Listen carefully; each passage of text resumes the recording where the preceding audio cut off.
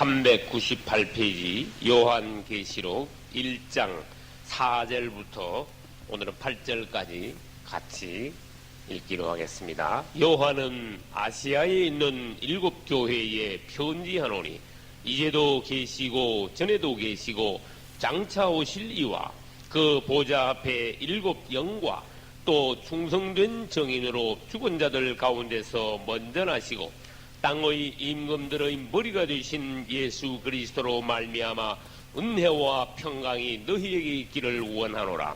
우리를 사랑하사 그의 피로 우리 주에서 우리를 해방하시고 그 아버지 하나님을 위하여 우리를 나라와 제사장으로 삼으신 그에게 영광과 능력이 세세토록 있기를 원하노라. 아멘.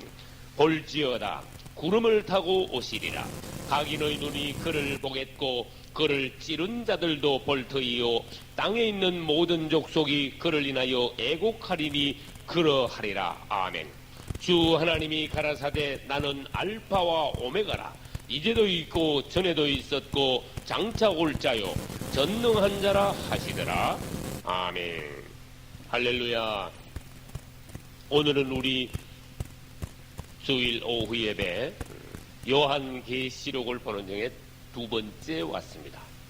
지난주에 우리는 요한계시록을 6절까지 읽었지만은 지난주에 시간이 모자라서 3절까지만 했습니다. 오늘 이제 4절부터 지금 읽은 대로 4절부터 8절까지를 보기로 하겠습니다. 근데 4, 5절은 말씀이 한 단락입니다.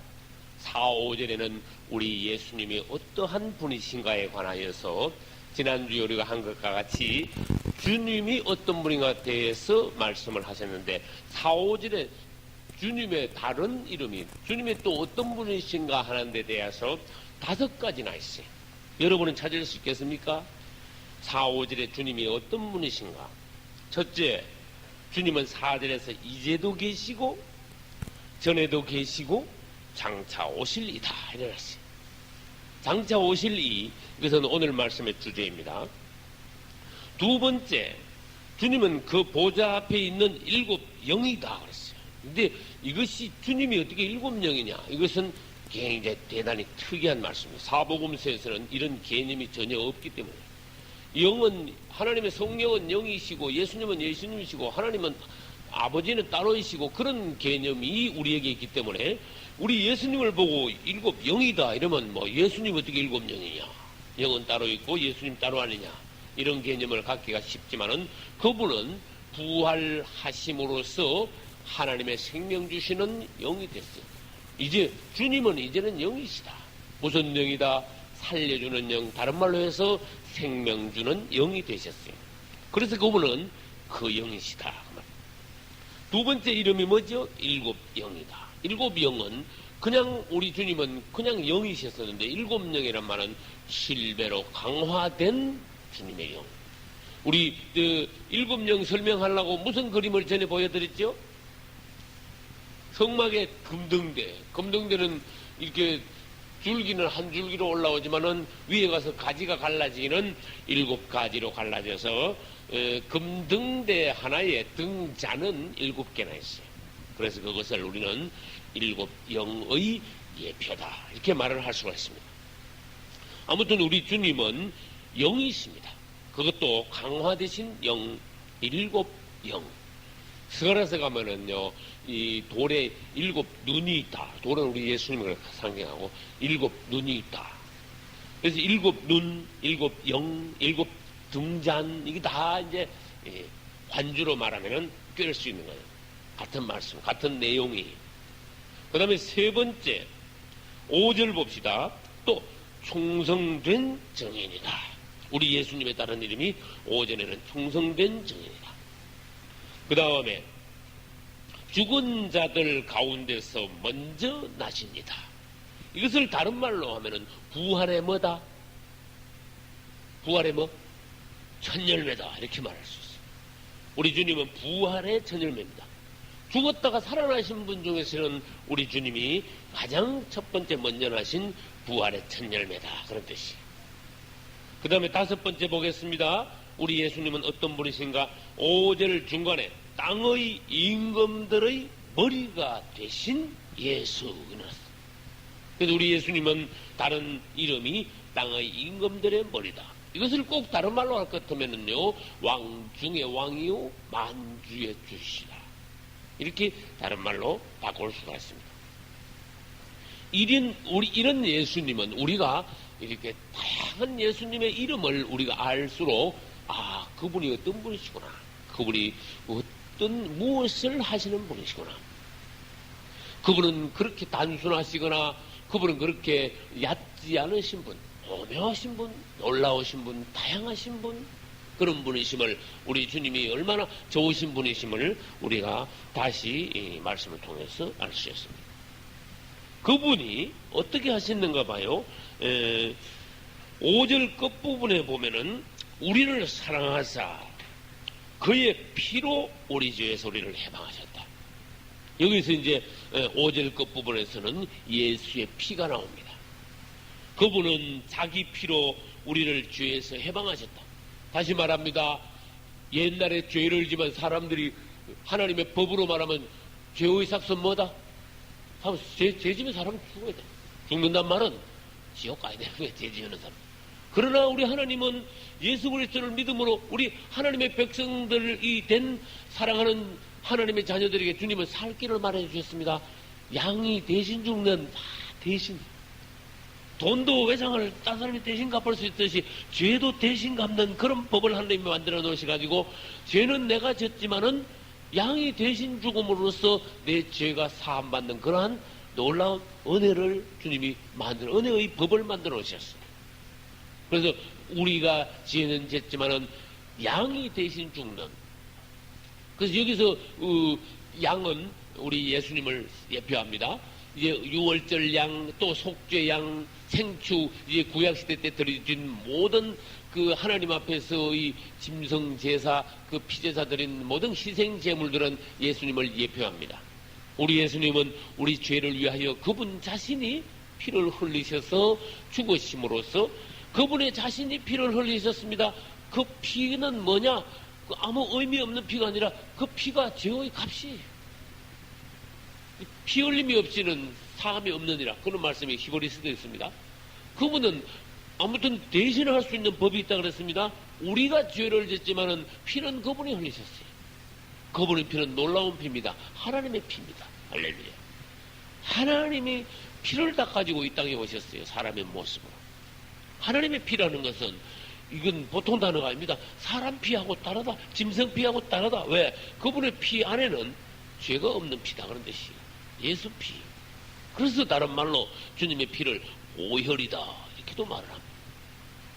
그분은 아무튼 피를 흘리심으로써 우리의 죄를 갚으셨어. 죄값을 치루었어. 그래서 그분의 피로 말미암아 우리는 죄를 사함받았습니다. 그 대신에 이전에는 마귀의 것이 있다가 이제는 주님이 자기 피로 값을 주고 우리를 삭버렸으니까 이제는 누구 것이 됐는가 하면 예수의 것이 되었어요. 저는 로마서 1장 읽다가 아주 오래전에 너희가 예수 그리스도의 것으로 이러길래 난 그 것이라는 단어가 참 그렇게 좋더라. 할렐루야. 로마서 1장 보면 너희가 예수 그리스도의 것 이래놨어. 그분의 소유. 네 거 내 거 하는데 예수 거가 됐어. 할렐루야. 예수 거가 되기 전에 이전에는요 우리가 마귀 거였다니까. 마귀. 주님은 우리를 그분의 것으로 피로 값주고 사셨어요. 그래서 사셔가지고 우리가 단순하게 말하면 그분의 자녀를 삼으시고 그분의 한편으로는 그분의 신부를 삼으셨지만은 다른 말로 하면 어떻게 되는가 하면 오늘 여기서 6절에서 말하는 건 피로 값주고 사신 그 하나님의 자녀들을 나라와 뭘 삼으셨다? 제사장을 삼으셨다. 그럼 다시 말해봅시다. 주님의 피로 값주고 산바된 사람들의 무리가 뭐다? 하나님의 나라다. 다른 말로 하면 하나님의 왕국이다. 하나님의 나라는 어디 있느냐? 하늘에 있는 게 아니고 하나님의 나라가 뭐냐? 너희가 하나님의 나라다 그랬어요. 우리를 피로 값주고 사가지고 우리를 하나님 나라를 삼았대. 그러면 개인적으로 말하면요, 이거 지금 하나님 나라야. 하나님이 주권을 가지고 있어. 지금 나는 지금 땅이 하나님 땅이야. 내가 땅으로 말하면 하나님 백성 됐어. 그건 실제입니다. 우주에서 실제로 주님께서 피를 이미 흘리셨습니다. 이미 그분의 백성을 사셨습니다. 그분이 백성을 사신 것은 목적이 없는 게 아니라 그 말이에요. 백성을 사가지고 그 백성들의 모임, 에클레시아, 그 집합체, 그것이 뭐가 됐는가 하면 하나님의 나라가 됐습니다. 하나님의 왕국이 되었습니다. 이 땅에는 하나님의 왕국이 있습니다. 우리가 살아계신 하나님의 왕국입니다. 할렐루야. 하나님의 왕국은 그 땅덩어리가, 이게 무생물 땅덩어리가 아니고 우리 자신, 유기체, 하나님의 왕국. 그 다음에 우리 자신이 하나님의 왕국일 뿐만 아니라 우리가 뭐다? 하나님의 제사장이 되었다. 우리는 제사장에 관하여서 대단히 여러 번 들었어요. 그래서 제사장이 뭔가 알아요. 제사장은 많은 사람들 가운데서 특별히 하나님 앞에 부름받고 뽑힘받고 자격을 얻어서 주님께 가까이 나가 그분을 섬길 수 있는 사람을 제사장이에요. 제사장의 본업은 뭐냐? 주업은 뭐냐? 하나님을 섬기는 게 주업이. 제사장은 목적이 뭐냐? 그분께 목적이 있어요. 늘 그분 앞에서 사는 삶이에요. 우리가 이 시대에 아무리 직업을 뭐 이것저것 가지고 있다 하지만은 우리가 주님을 위한 우리의 생활의 목적이 그분을 위한 것이라면 우리는 이 세대에서 제사장이 되는 거예요. 제사장이 또 안 되면 안 돼. 왜? 피로 값주고 우리가 예수 피를 믿음으로 그분의 피로 값주고 그분의 것이 되어가지고 제사장이 안 되면 어떻게 됩니까? 말이 안 되죠. 우리는 그분의 왕국입니다. 이제는 그분의 제사장이 되었습니다. 우리는 이것을 베드로서에 가면은 너희는 뭐와 같은 제사장이다? 왕 같은 제사장이다. 할렐루야. 왕 같은 제사장. 출애굽기 19장 5절로 6절에도 이스라엘을 보고 하나님께서 뭐라 하시냐? 너희가 내 말을 잘 듣고 내 법을 지키면 너희는 하나님의 소유가 된다. 또 제사장의 나라가 되고 거룩한 백성으로 하나님께서 삼으신다. 그랬어. 그것을 이제 신약에 와서는 베드로전서 2장 9절에서 예수 그리스도의 피로 값주고 사신 우리들을 택하신 족속이요 왕같은 제사장이요 거룩한 나라요 소유된 백성이다. 이런 식으로 말씀하셨어요. 이제 우리는 하나님의 왕국이요 하나님의 백성이 되었습니다. 할렐루야. 그러면 오늘 이제 본론에 들어갑니다. 1장 7절 요한계시록 1장 7절은 오늘 말씀의 본론입니다. 볼지어다. 뭐다? 구름을 타고 오시리라. 이 말씀 요한계시록이 1장 6절까지 이렇게 나가다가 갑자기 느닷없이 주님은 뭐라고 그러세요? 구름을 타고 오시리라. 볼지어다. 보라. 그런 뜻이에요. 이 볼지어다는 강조하는 겁니다. 진실로 어디 강조하는 거죠? 볼지어다. behold. 강조하는 거예요. 주의를 환기시키는 걸 말이에요. 아주 사람들이요 다른 걸 보지 말고 여길 보라 그런 뜻이에요. 여기 중요한 말씀이 있다. 볼지어다. 구름을 타고 오시리라. 이건 무슨 말씀인가? 그분의 재림에 관하여 갑자기 말씀하십니다. 이 요한계시록에서요 1장 7절에서 바로 주님의 재림을 말씀하시는 것은요 이만큼 재림이 요한계시록 말씀 중에 중요한 요소이다. 중요한 부분이다. 중요한 하나님의 예언의 말씀이다. 그런 뜻이에요. 그래서 오늘 우리는 이 시간에 거의 대부분을 계시록 1장 7절에 의하여 오늘은 재림에 관해서 보기로 하겠습니다. 저는 예수님의 재림에 관하여서 처음 들은 것이 언제냐? 내 안에 예수님이 재림하신다는 그 말씀이 내 가운데 탁 들어온 것이 20년 전이에요.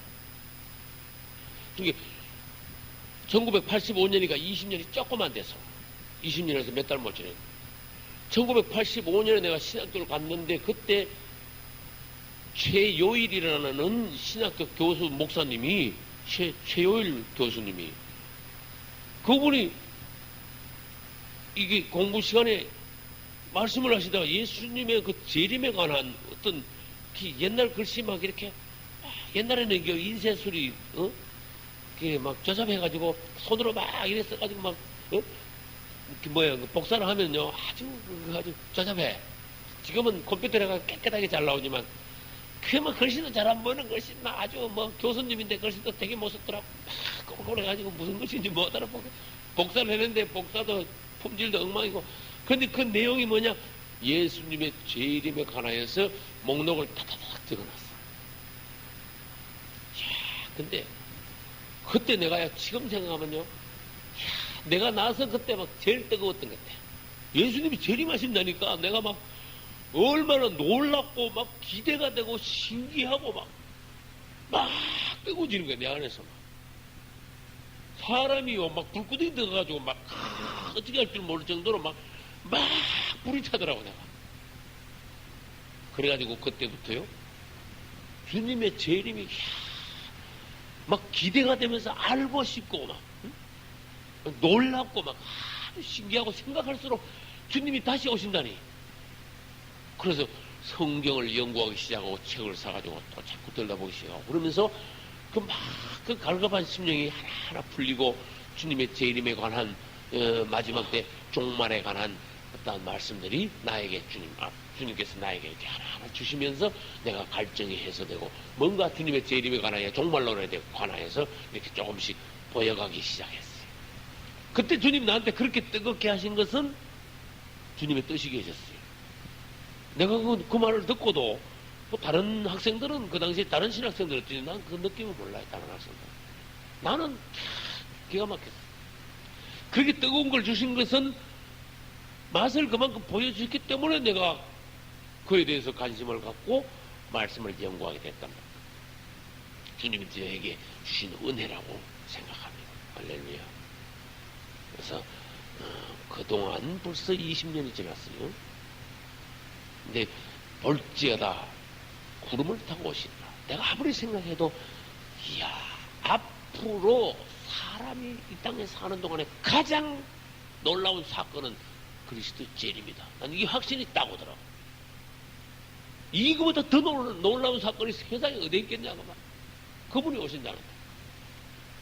그리고 나만 그렇게 뜨거웠던 게 아니라 2000년 전부터 지금까지 많은 사람들이 그분의 다시 오심, 그분의 재림에 관하여 관심을 갖고 연구를 거듭하고 언제 오시느냐, 어떻게 오시느냐, 환난 전에 오시냐, 환난 후에 오시냐, 그 다음에 어디로 오시느냐, 네가 심지어 내가 재림되서라든지 2000년 동안요 별별 그 주님의 재림에 관한 논쟁들이 많았어요. 아무튼 우리는 오늘 그분의 재림에 관하여서 말씀을 듣게 됨을 참으로 감사합니다. 히브리서 9장 27절에는 그분이 두 번째 나타나시리라. 두 번째 나타나신다는 재림 아닙니까? 마태복음 24장 3절에는 제자들이 예수님께 나와가지고요 주님의 임하심은 언제입니까? 또 세상 끝에는 어떤 징조가 있습니까? 주님의 임하심은 재림입니다. 예수님께서 요한복음 14장 3절에도 내가 너희를 위하여 처소를 예비하러 가노니 가서 처소를 예비하면은 내가 어떻게 한다고? 다시 와서 일어났어요. 내가 다시 와서 너희를 내게로 영접하여 나 있는 곳에 너희도 있게 하리라. 할렐루야. 그리고 요한계시록은요 여러 차례 말씀하십니다. 요한계시록 22장 12절과 20절에는 특별히 강조하십니다. 보라 내가 진실로 속히 오리라. 이때 오시는 것은 재림을 말씀하시는 거예요. 초림이 아닙니다. 이 요한계시록 끝부분에서 주님이 오신다는 것은 당연히 재림을 말씀하십니다. 어디 사람들이 연구를 많이 하다 보니까 이 재림에 대해서 연구를 해보니까 이게 호락호락 쉬운 게 아니거든. 사복음서의 어떤 말씀들은 그냥 이렇게 깊이 연구를 하면은요 이렇게 분명히 되는데 요한계시록은 공부할수록 막 어떤 경우가 많아요. 이게 이거고 저게 그거고 막 어려워. 한마디로 그 지금까지 연구한 사람들의 설이 굉장히 많아. 심지어 19세기 영국에서 일어난 그 형제회가 참 기독교 역사상 놀라운 그 은혜의 빌라델비아 교회를 예표하는 교회, 참 아름다운 시대였어요. 형제 19세기 영국을 중심으로 일어났습니다. 대표적인 종이 그때 존 넬슨 다비, 그 다음에 벤자민 뉴턴. 그 고아의 아버지가 누구예요? 조지 뮬러도 사실 그 형제회 일원이에요. 제가 라디오 설교 때 아시아 7개월을 설교하면서 그 당시 종들 이름을 쫙 이렇게 나열해 놓은 게 있어요. 그 당시 종들이 참 교회 시대에 한번 꽃이 막 활짝 핀 아름다운 시기였어요. 그때 이제 진젠돌프라는 그 독일의 그 부호, 아주 그 큰 부자인데, 그것부터 이제 말하자면 시발점이 됐다고 그렇게 말할 수 있죠. 근데 그 이제 형제회가 말씀을 굉장히 깊이 연구했어요. 그 1800년대 후반인데 그때까지 성경이 열리지 않다가 막 그때 갑자기 막 성경이 막 굉장히 열렸어요. 많이. 그 당시에 나온 책은 막 어마어마하게 막 많이 나오면서도 막 내용이 아주 깊고 먹을 것이 막 영양가가 굉장히 높아. 그 전에 막 한 1000몇백 년 동안에 전혀 그런 책이 나오지 못하다가 그때 막 완전히 꽃이 확 피어버린 거야. 성경이 진짜 열렸습니다. 근데 문제는 뭐냐? 이 다비라는 형제하고 뉴턴이라는 형제가 이것 때문에 싸우게 됐어. 아무리 연구해도 다비는 환란 전에 예수님이 오시는 건데 아무리 연구해도. 근데 뉴턴은 아무리 성경을 여기저기 비교해봐도 환란 후에 예수님이 오는 것 같아.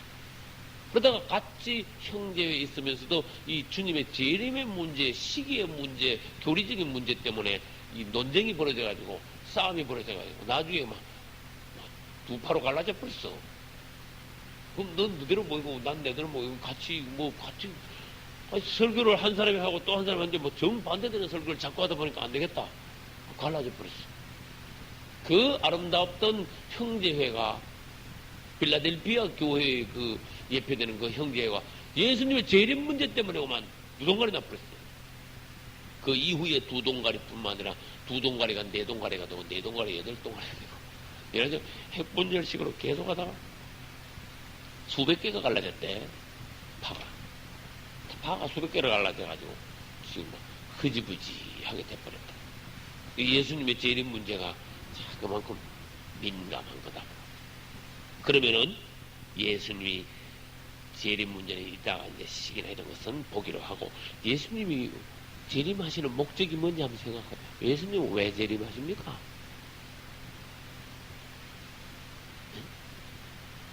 예수님 왜 재림하셔야 됩니까? 단순하게 말하면 그분은 다시 오시겠다고 약속을 하셨어요. 내가 너희를 과와 같이 버려두지 않겠다. 잠깐 갔다가 다시 올 거니까 그동안에 주님의 말씀을 잘 지키면서 신부가 신랑을 기다리듯이 너희들이 믿음을 잘 지키고 믿음의 정절을 지키고 신랑 오실 때를 기다려라. 그럴 때가 너희가 믿음으로 승리하고 주님 앞에 아름답게 천국으로 들어갈 날이다. 약속을 위하여 믿는 이들을 데리러 주님은 오시는 거예요. 할렐루야. 믿는 이들을 데리러 오시지만 반대로 원수들에 대해서는 어떻게? 그분이 오셔야 심판이 이루어져. 그분이 재림하시기 전에 마귀들이 뭐 지세상인 것이 막 지나라 같아. 지멋대로야. 지금 봐요. 누가 예수 믿으란다고 누가 함부로 예수 예 하고 뭐 예? 누가 하나님 말씀이 그렇습니다 하고 성경 그렇습니다 누가 예 성경 말씀이라고 했습니다. 누가 그럽니까? 10명 중에 1명도 잘 없어. 그런데 예수님이 오시면 이야기가 달라져요. 예수님을 믿지 않고 예수님의 말씀을 받아들이지 않는 사람들은 전부 다 쓰레기 처리하듯이 다 집어넣어버려요. 그분을 믿고 구원받은 사람들만 그분을 살려가지고 천년왕국으로 들어가시고 나머지는 전부 다 처리해 버리는 거야. 다시 말해서 볼게요. 구원 못 받은 사람은 지옥으로 집어넣어 버리기 위해서 심판하러 그분을 오시는 거야. 그분이 오시면은 안 믿는 사람들은 난리라는 말이야. 그분이 안 오셔야 돼. 안 믿는 사람들로 말하면. 그러나 우리는 그분이 안 오시면은 이 땅에서는 우리는 소망이 없어요. 말하자면 결혼 날짜 잡아놓고 신랑이 안 오면 어떻게 됩니까? 신부가. 그거 아주 보통 남편 아니죠. 결혼 날짜 잡아놓고 여자가 하는 말이 아유 결혼 천천히 합시다. 결혼 좀 미룹시다. 뭐 좀 빨리 합니까? 그 여자 가만히 볼게 아무래도 수상해 하는 말이 행동이 잘못된 여자야. 우리는 주님이 빨리 오시기를 고대하는 그러한 신부의 마음. 할렐루야. 거듭난 정말 주님을 사랑하는 성도의 모양이다. 그분은 한편으로는 그분을 기다리는 신부를 데리러 오시지만은 반대로는 원수들을 심판하고 처리하기 위해서 오시죠. 그 다음에 뭔가 하면은요, 그분은 천년왕국에 들어가서 다스리십니다. 천년왕국을. 우리를 데리고 가시고 원수를 처리하지만은 땅에 다시 내려오셔가지고 그분은 천년왕국 동안 뭐 하십니까? 다스린다고. 통치하신다고. 통치하시고. 그때가 바로 우리 주기도문 중에서 뜻이 하늘에서 이룬 것과 같이 어디서도 이루어지이다? 땅에서도 이루어지이다. 나라의 임하옵시며 Thy kingdom come 영어로 그래요. 아주 영어 성경은 어떤 데 보면요 아주 뜻깊어. 당신의 kingdom come 당신의 왕국이 임하시옵소서. 주의 왕국이요 여기에 임하소서. 먼저 내 안에 또 그분이 재림하심으로써 이 땅에 주님이 말씀하신 것이 이 땅을 주님이 창조하시놓고는 이 땅을 사단이 막 횡행하고 막 지멋대로 놀고 막 지배하도록 그냥 두지 마옵소서. 당신이 오셔서 하늘에서가 똑같이 이 땅이 당신의 땅임을 증거하소서. 당신이 직접 다스려서 이 땅에 하나님의 왕국이 온전히 이루어지게 하소서. 그날이 따라서 천년왕국 정말 이 땅에 하나님의 천국이 이루어져요. 천년왕국. 천년 동안 그분은 직접 다스립니다. 그날이 바로 하나님의 왕국이 이 땅에 하나님의 뜻이 땅에서 이루어지는 날. 재림에는 몇 가지 있는가 하면요 2가지가 있습니다. 무슨 재림? 공중재림과 지상재림. 그럼 이제 2가지를 봅니다. 공중재림은 문자 그대로 그분이 공중에 나타나시는 거야. 땅으로 안 오시고 그분이 오시긴 오시는데 그분은 공중에 오시게. 공중에 오실 때는요 소리도 없습니다. 아무에게도 연락도 안 합니다. 비밀리에 오십니다. 또 다른 말 하면 도적같이 오십니다. 그래 도적같이. 성경에 보면은 그날이 도적같이 이 말이라 그랬어. 그날이 도적같이. 그 다음에 번개가 동에서 서에서 번쩍인 같이 인자의 임함도 그날이라. 마태복음 24장에 나오는 말씀이에요. 번개가 번쩍하듯이 주님이 싹 왔다. 번개 됐다. 얘들아 번개 가서 구경해라. 그러면 안 되죠. 번쩍하면 없어지죠. 주님이요 공중재림 비밀리에 오실 때는요 탁 왔다가 탁 가지고 땅에 안 오시고 공중에 탁 나타나 없어지고 그럼 속으로 오시다 그렇듯이. 다시 질문합니다. 도둑놈이 올 때는 뭐하러 옵니까? 네? 그 집에서 가장 값진 것을 싹 순식간에. 도둑놈이 올 때 예, 너 오늘 밤 2시에 갈 테니까 그때 잠 깊이 들고 있어. 그런 도둑놈이 있어요? 없죠. 도둑놈이 올 때는 절대로 연락 안 합니다. 우리 주님이요 희한한 비유를 하셨어요. 내가 도적같이 오리라 그랬어요. 이것은 첫 번째 오시는 공중재림이에요. 근데 어떤 성경을 읽으면 볼지어다 인자가 구름을 타고 오는 것을 보리라 또 그러셨단 말이에요. 그래서 성경을 읽다가 보면은 옳게 성경 연구를 못하는 사람은 이거 보면 이거 없고 저거 보면 저거, 아니 언제는 도적같이 오신다 그러다가 언제는 볼지어다 보라 그랬다가 인자가 구름을 타고 오는 것을 모든 사람이 보리라 그러다가 그를 찌른 자도 보리라고 또 그러셨죠. 찌른 자도 예수님 찌른 자 알아요? 창으로 예수님이 꿀을 찌른. 심지어 그를 찌른 자들까지 그분이 오시는 걸 보니 그래서 보는 것은 지상재림이고 도적같이 오시는 것은 공중재림. 그래서 재림이 두 가지가 있다는 걸 알아야 성경을 읽으면 이게 엄연히 풀린다고 말이에요. 주님이 오셔요. 주님이 오신다는 거 여러분 놀라야 된다니까. 근데 신앙생활 하다가 신앙이 무디어지면 어떻게 되는 거야? 아이고 천천히 하시지 뭐 지금 한참 어떻게 좀 성공해가지고 좀 재밌게 살아보려는데 뭐 주님이 오시냐고. 아이 천천히 오실 때 그 사람 틀린 사람이야. 그 사람 분명히 거듭나지 못한 사람이 그런 생각을 가지고 있어. 또 옳게 구원받지 못하고 교회를 그냥 다니는 사람은요, 주님이 오신다는 말씀이 반갑지도 않고 오히려 겁이 나. 아 이거 주님이 오시면 내가 구원받을 내가 확신이 없는다. 겁이 나는 거야. 우리는 그분이 오시기를 간절히 사모하라. 할렐루야. 그런 성도가 돼야 돼. 다시 말합니다. 재림은 공중재림과 지상재림이 있습니다. 그 기간은 최소한 3년 반에서 4년 정도의 기간이 있습니다. 공중재림 하시고 지상재림 때까지. 공중재림은 비밀리에 오십니다. 공중재림 하시는 예수님은 꼭 도둑이 왔다 가는 것이 싹 아무에게도 알리지 않고 왔다 가십니다. 도둑이 올 때는 가장 귀한 것을 훔쳐가듯이 이 땅에 예수님 보시기에 가장 귀한 게 돈입니까? 보석입니까? 뭡니까? 그분을 사랑하는, 그분을 사모하는, 그분의 정말 거듭난 신부야. 그거 말고는 그분은 관심이 없어. 그러면 그분은 도적같이 오신다면요, 그분을 사랑하는 신부들만 싹 데리고 가셔버려. 그러니까 성경에 무슨 말씀이 있습니까? 두 사람이 뭐 하다가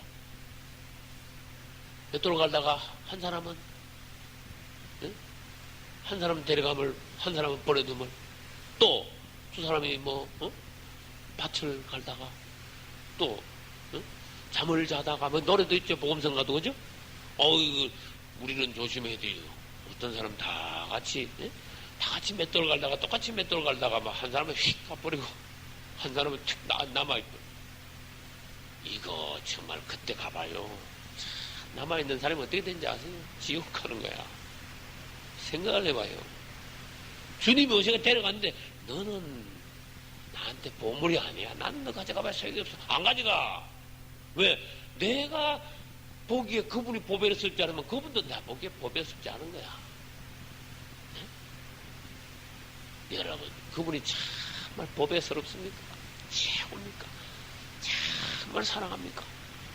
그러면 그분도 여러분을 정말 보배롭게 생각하시고 정말 사랑할 겁니다. 정말 세상 말로 개코가 또 그분에게 관심도 없고 딴 데만 관심 있다가 주님 오시려면 나 데려가요. 이게 말이 되냐 그 말이야. 그분을 속이지 마라 그 말이야. 말이 안 되는 소리 하면 안 된다고. 우리는 그분이 너무나 소중해야 됩니다. 그래야 그분도 우리를 소중히 여기시고 오실 때 싹 우리만 가져가시는 거예요. 그래서 내가 옛날에 종말론 할 때 그런 얘기를 했어요. 여러분, 구원받은 거듭난 사람이 비행기 파일럿 뜨면 어떻게 되는지 아십니까? 비행기 몰고 가다가 싹 주님이 파일럿 싹 비행기 조종사를 싹 데려가 버리고 비행기 지도로 가다가 다쳐. 아이고 사람을 그 나머지는 처박혔는지 말든지 몰라. 주님은 관심 없어. 안 그래도 뭐 다 죽을 판인데. 그 고속도로에서 어떻게 무슨 사건이 나는지 한번 생각이나 해봤습니까? 운전하다 잠을 자다가 데려갑니다. 맷돌 갈다가 데려갑니다. 예? 맞죠? 그 일하다가 잠자다가 맷돌 갈다가 뭐 일하다가 다 직장에서 운전하다가 타는 거야. 그러면 온 세상이 막 난리가 나는 거야. 사고가 얼마나 나는지 아세요? 땅에서. 운전하다가 그냥 타 올라가니까 구원받은 사람은 고속도로에서 뭐 차가 막 지대로 막 가서 막아보면 다 들어박는 거야. 주인 없는 차가. 싹! 갑자기. 브레이크를 잡아놓고 올라가는 게 아니라니까. 0.001초만 해요. 싹 운전하다가 싹 가버려요. 이건 현실이에요. 그분은 비밀리에 도적같이 오실 때는요, 싹 아무도 모르게 그분의 사랑하는 신부들을 싹 데려가시기 때문에요. 옆에 있다가도 몰라. 어디 갔는지. 그리고 그 다음 주일날 되면 교회가 쌀쌀합니다. 누가 주일을 지킨다고 교회 나오긴 나오지만 그 사람들 교회 나와봐야 소용없는 사람들입니다. 구원 못 받은 사람들이. 주일인데 오늘 예배 드려야지. 목사님이 계실지 안 계실지 모르겠어. 그래, 그때부터는 예배도 끝난 거라. 여러분, 우리는 언제 갈지 모릅니다. 정말입니다. 성경은 거짓말을 안 합니다. 두 사람이 맷돌 갈다가 한 사람은 대감을 당한대. 도적같이 와가지고 그분의 신부들을 데려가신대요. 재림 볼지어다 구름을 타고 오시리라.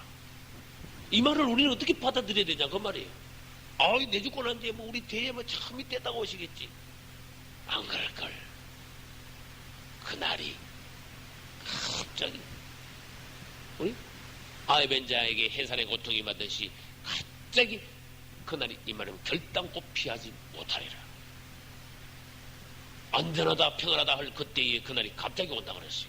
아, 이거 아직 많이 남았겠지. 큰일 날 소리 하네. 우리는 항상 끼어있는 신앙, 오늘 내일 곧 반드시 그분이 속해 오신다는 그런 신앙, 살아있는 신앙, 깨어있는 신앙. 할렐루야. 그게 구원받은 모습이에요. 이제 우리는 재림의 종류 중에서 공중재림을 보고 있습니다.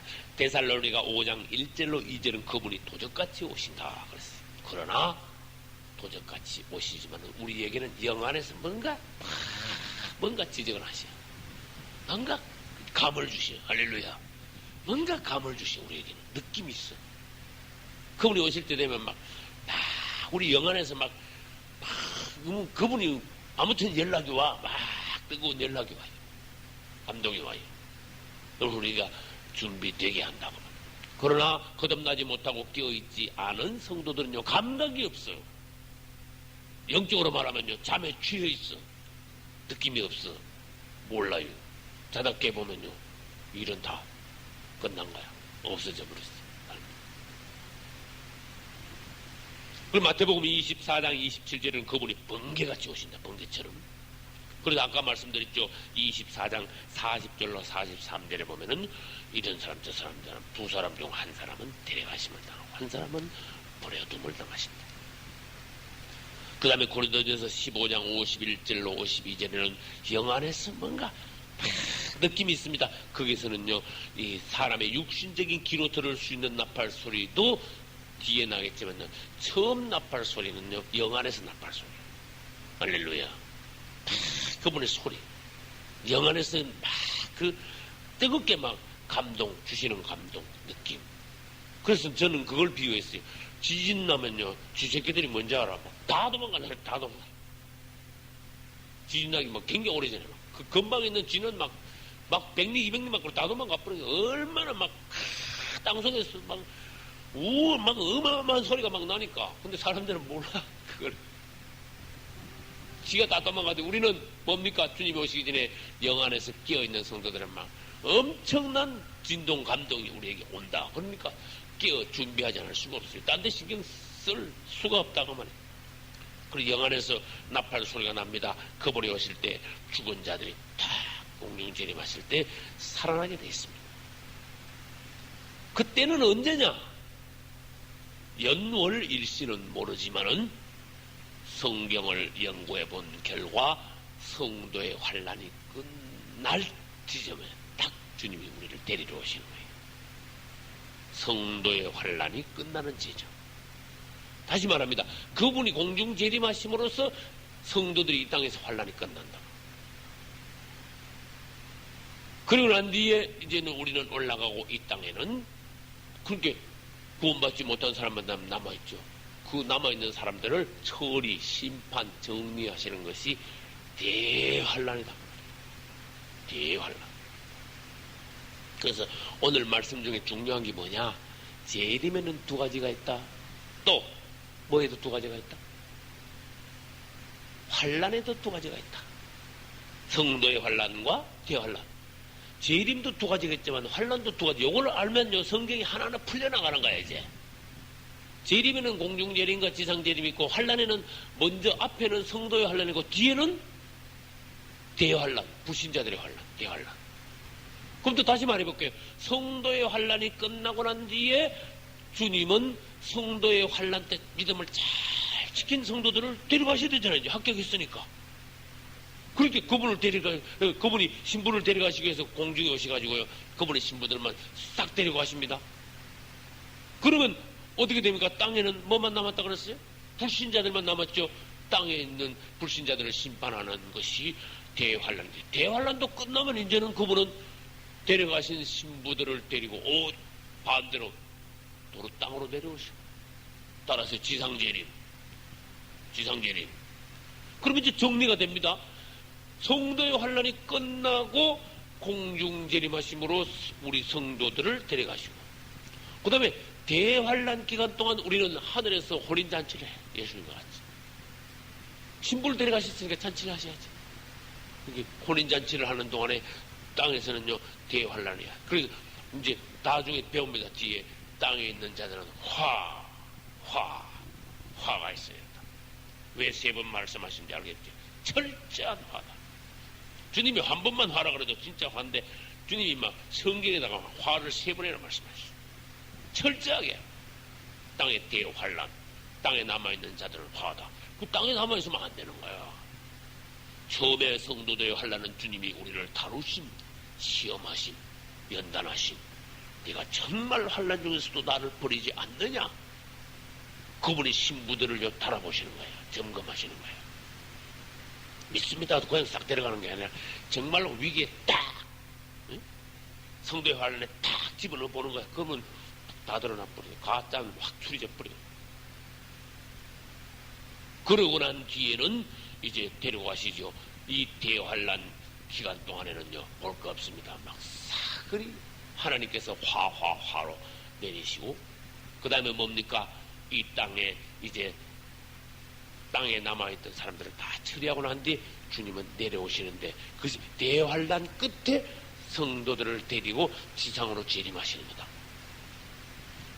이제 대강 이제 알겠죠? 이게 여러분들이 이거 나와서 도표 한번 그려보시오. 도표를 그릴 수 있어야 돼요. 이 예수님의 재림 문제는 마지막 한일회가 나오지 않으면 도표가 되질 않아요.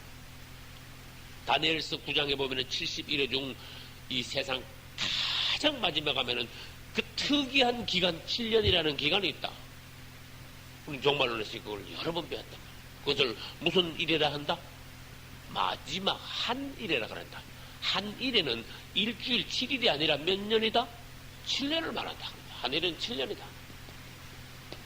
이 7년은 딱 두 덩어리 나눠서 앞에 있는 걸 뭐라 그런다? 전 3년 반, 뒤에 있는 걸 후 3년 반이다. 왜 전 3년 반, 후 3년 반이라면 이 딱 중간쯤에 가서 큰 사건이 벌어지기 때문에 그래. 전 3년 반, 후 3년 나눠져요. 그 다음에 전 3년 반 쪽에는 성도의 환란이 있고 후 3년 반 전체는 대환란이기 때문에 이렇게 나눠지는 거야. 사건이 나눠지는 거야. 이야, 이건 여러분 대학교요. 한 학기 다니려면 300만 원, 400만 원 줘야 됩니다. 그 대학교 가면 이거 배웁니까? 못 배우잖아. 대학교 가서 배우는 것도요. 사람을 살리는 데는 소용이 없어. 사회 나가서 돈 버는 데는 소용이 있어. 대학 교육이. 대학 졸업장이요. 이력을 발휘해. 그러나 대학 아니라 우대학, 유학까지 갔다고 박사를 따도 사람 살리는 거는 해당 없어. 대학 교육도. 못 배웠어. 우리 성경에는요, 우리가 사는 방법을 말씀해놨어요. 앞으로 이런 사건들이 있다 그랬어. 세상에 이렇게 지금 막 혼란스럽게 막 어지럽게 막 나가다가요, 어느 사건이 땅 터지는데 그때부터는 7년이면 끝난다. 이게 어떤 사건이 딱 터지면 그때부터 7년이냐? 적그리스도가 나타나서 이스라엘과 7년이라는 7자가 딱 나와줘야 돼. 따라서 7년 조약, 7년 평화 조약. 적그리스도 나타나가 이스라엘하고 7년 평화 조약이 딱 그건 다니엘서 9장에 있는 겁니다. 그가 한 1일 동안 언약을 굳게 정한 언약을 굳게 정한 7년 평화 조약. 7년 평화 조약 딱 떨어지면 이제 그때부터는요, 이건 완전히 세상이 끝난 거야. 우리 주님은 그분이 역사를 주관하시면서 그분이 하실 일을 성경에다가 미리요 딱 말씀하셨는데, 관심 있는 사람을 연구를 해가지고 깨닫고, 성경 관심이 없는 사람은 몰라. 가르치자도 아니 나 관심 없어. 웃기는 소리 하지 마. 응? 마지막 때에 대해서 이야기는 관심 없어. 난 돈이나 관심 있어. 앞으로 적그리스도가 나타나서 이스라엘과 7년 조약을 맺습니다. 그때부터 7년 동안을 뭐라 그런다고요? 마지막 한일이라 그럽니다. 마지막 한일이라는 말은 문자 그대로 세상 마지막 7년이야. 그 7년이 지나면 세상은 끝난다는 거예요. 인간 세상은 끝난다는 거예요. 인간 세상은 끝나요. 그러면 뭐가 옵니까? 주님이 직접 오셔가지고 통치하시고, 예수님이 직접 오셔서 1000년 동안 그걸 통치하시고, 그 다음에 구원받은 그분의 백성들을 새 예루살렘에서 새하늘과 새 땅으로 천국으로 데려가시는, 새하늘과 새 땅, 할렐루야. 내가 보니 처음 하늘과 처음 땅은 없어졌고, 처음 하늘과 처음 땅은 없어졌고, 내가 보니 새하늘과 새 땅이 있더라. 새하늘과 새 땅은 다른 말로 새 예루살렘, 그게 천국이에요. 천국.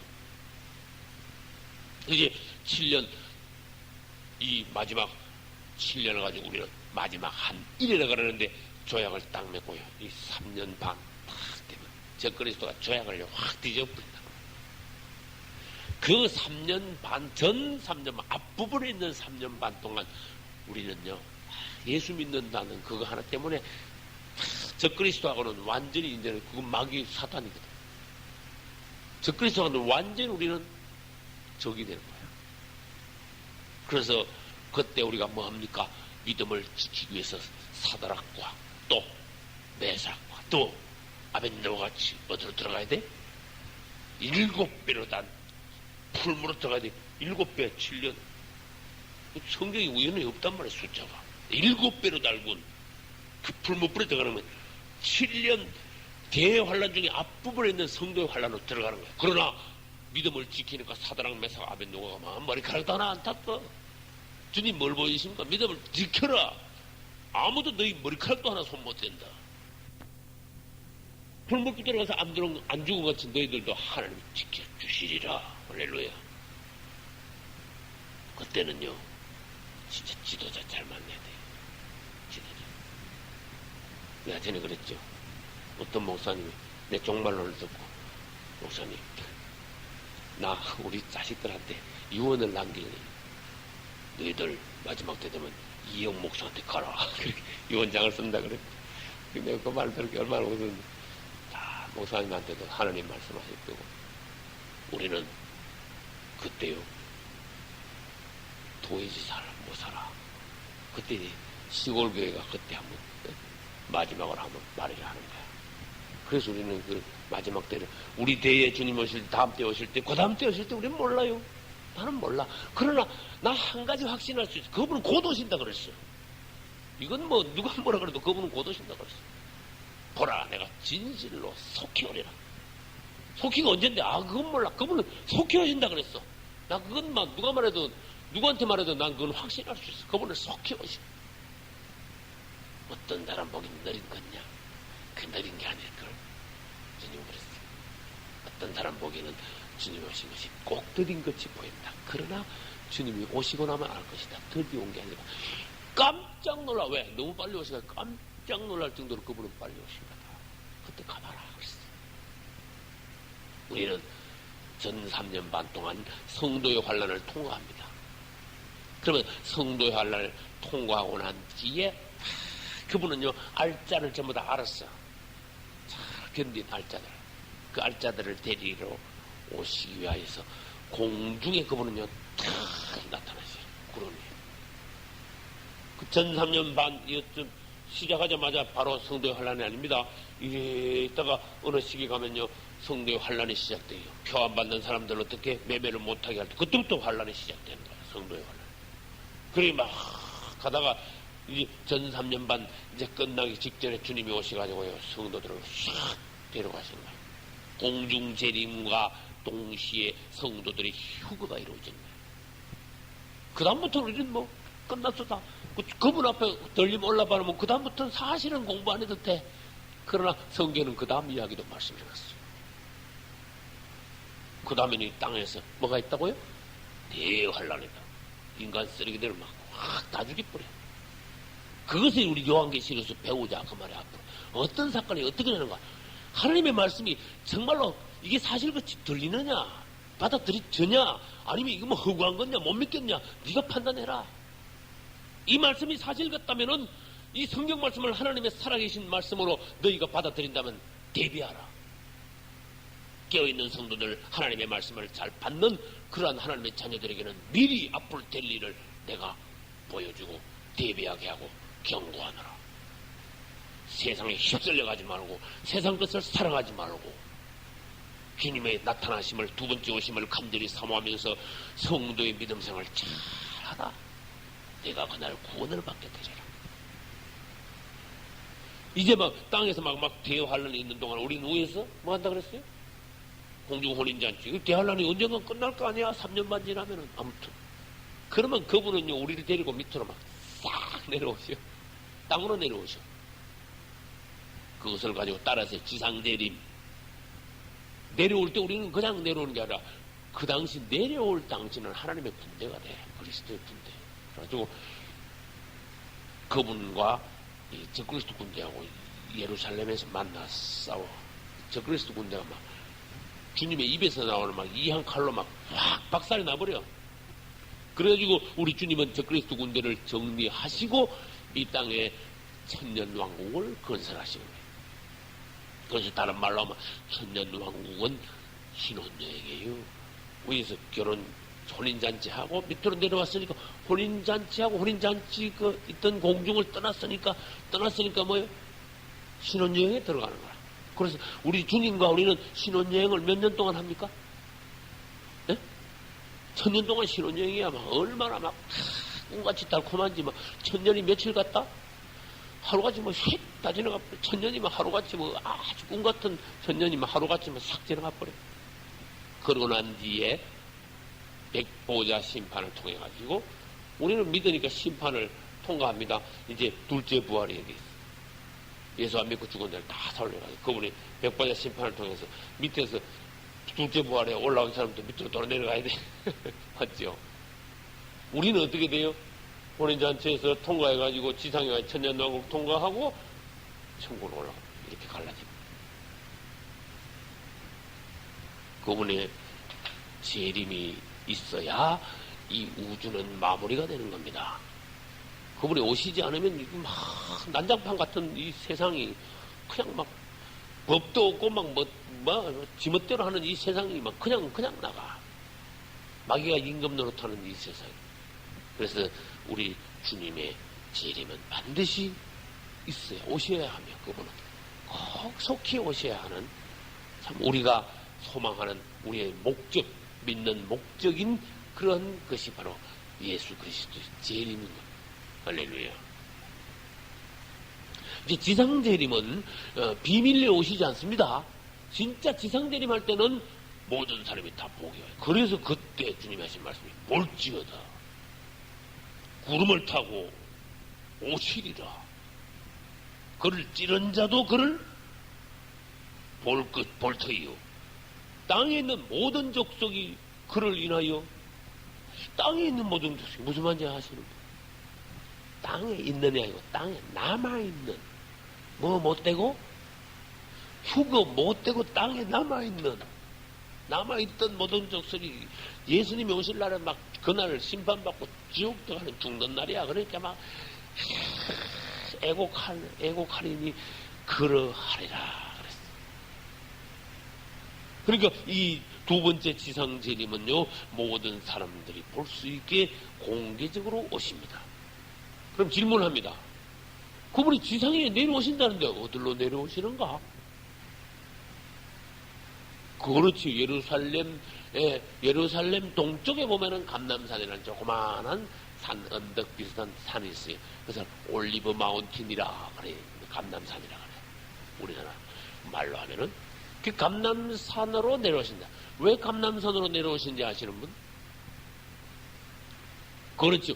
사도행전 1장 9절로 11절에 보면 예수님이 감람산에서 올라가셨는데 천사들이 하는 말이 예수는 너희가 본 그대로 다시 오시리라. 그대로 그 모습 그대로 이렇게 고장소에서 그 모습으로 구름 타고 가셨다. 구름 타고 다시 오시고. 장소도. 그래 스가랴서에 보면은 그날에 그의 발이 예루살렘 앞 동편 감람산 위에 서실 것이요. 저랬어. 이 스가랴서에 있는 말씀입니다. 그래서 이제 시간이 있으면 스가랴서 14장 4절을 찾아보시기 바랍니다. 그날에 그의 발이 감람산에 서실 것이요. 그랬어요. 그래 이제 그분은 감람산에 서시니까 땅에 내려오시는 거지요. 그 사도행전 1장 11절에서도 다시 말씀하셨어요. 내려오시면서 그냥 내려오시는 것이 아니라 예루살렘으로 내려오시니까 그 예루살렘에 그때 마침 적그리스도의 군대가 집결을 했을 때야.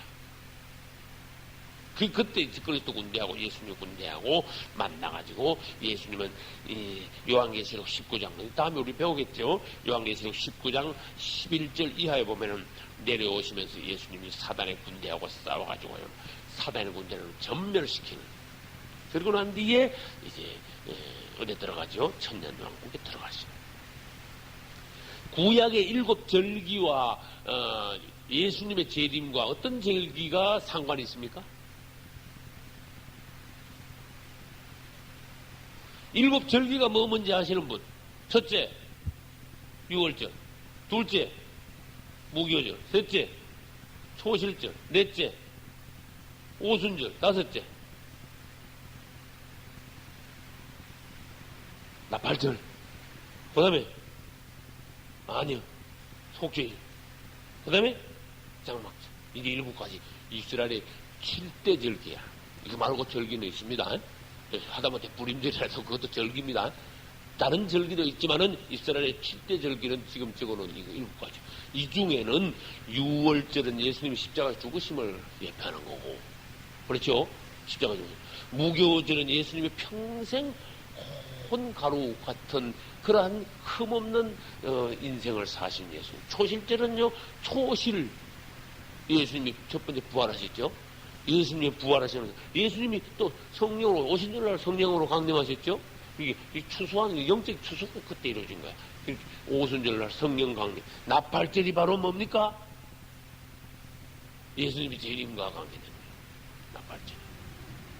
나팔절은 해방절이. 그분이 오심으로써 해방이 되는 거예요. 그 나팔절이 그러면 이스라엘 달력으로 어떻게 됩니까? 7월 1일이야. 그분은요 이스라엘 달력으로 7월 1일 날 오신대.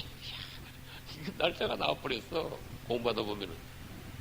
나팔절을 계속 7월 1일을 지켰는데 예수님이 다른 날에 오시면 6월절 계속 1월 며칠? 아니요. 1월 14일 날. 1월 14일이 6월절인데 1월 14일 6월절 양 잡는 날인데 예수님이요 6월절 어린 양으로 오셔가지고 예? 2월 달에 돌아가시면 말이 안 되거든. 성경이 뭐 어디 성경이 뭐 6월절 1월 14일이 뭐냐? 내 백지 1월 14일에 그러냐?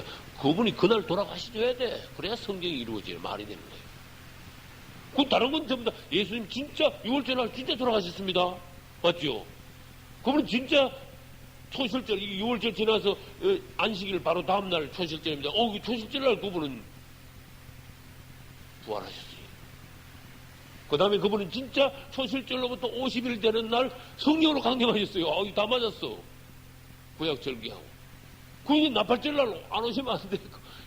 이스라엘 달력으로 7월 1일에 안 오시면 안 돼. 날짜가 나와버렸네. 이거 나 잘못하면 이상한 소리 듣겠네. 다른 사람들. 절기를 해보면 예수님 절기하고 예수님의 그 어떤 사역하고요. 딱 일치된다니까. 근데 미안합니다. 여러분은 이스라엘 달력으로 지금 몇 월 며칠인지 음력도 모르잖아. 근데 이스라엘 달력을 어떻게 알아? 나도 몰라. 이스라엘 달력. 이스라엘 달력 따로 있습니다. 이스라엘 달력하고 우리나라 달력하고 한 두 달 차이 난데 누가 그러더라고. 이스라엘 달력을 뭐 우리나라에서 달력이 있습니까? 한번 씁니까? 그런데 성경 연구하다 보면 이스라엘 달력하고 우리나라 달력, 우리나라 달하고 딱 비교해놓은 도표가 있거든. 한 두 달 차이 나더라. 그게 나팔절날 오신다. 그것은 나팔절은 우리 예수님의 재림과 관계 있는 이스라엘의 절기다. 그런 뜻이에요. 이제 다음 시간에 요한계시록 세 번째 할 때 오늘 말씀을 다시 내가 정리를 해보고 좀 이렇게 보충해야 될 부분들을 다음에 요한계시록 세 번째 말씀 전할 때 전하기로 하고 오늘은 여기서 마치기로 하겠습니다. 할렐루야.